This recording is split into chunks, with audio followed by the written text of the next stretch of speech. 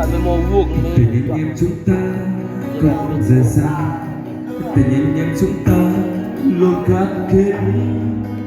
Sắp chia buồn vui hay anh như họa nạn, đều có anh em kề bên. Giờ thì hai chúng ta mỗi một vùng, ở những nơi rất xa một cầu dãy đất. Nhưng lúc sóng gió hai nhân khi đến lạnh như khoác ấm ấm trong mùa đông. Biết sao nhiều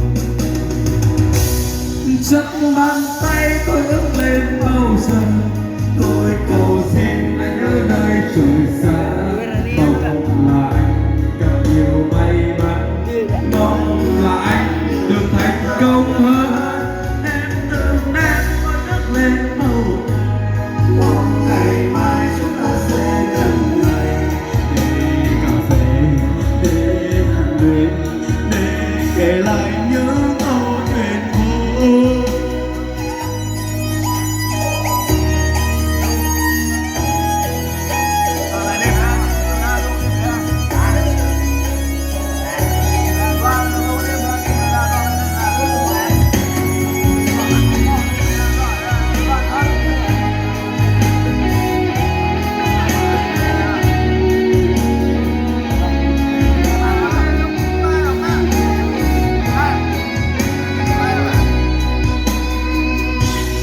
Tình anh em chúng ta không rời xa, tình anh em chúng ta luôn gắn kết.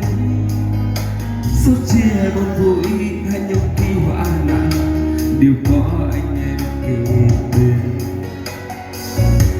Giờ thì hai chúng ta rơi một vùng, ở những nơi rất xa một vòng dãy đất. Nhưng lúc sóng gió hay những khi họa lạnh, nhưng vắng ấm trong mùa đông.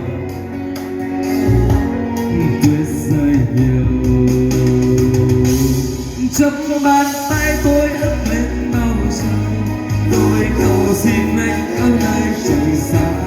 Mong là anh gặp nhiều may mắn, mong là anh được thành công hơn. Đến từ em tôi ngước lên bầu trời, mong ngày mai chúng ta sẽ gần lại để cà phê, để hát lên, để kể lại những câu chuyện cũ.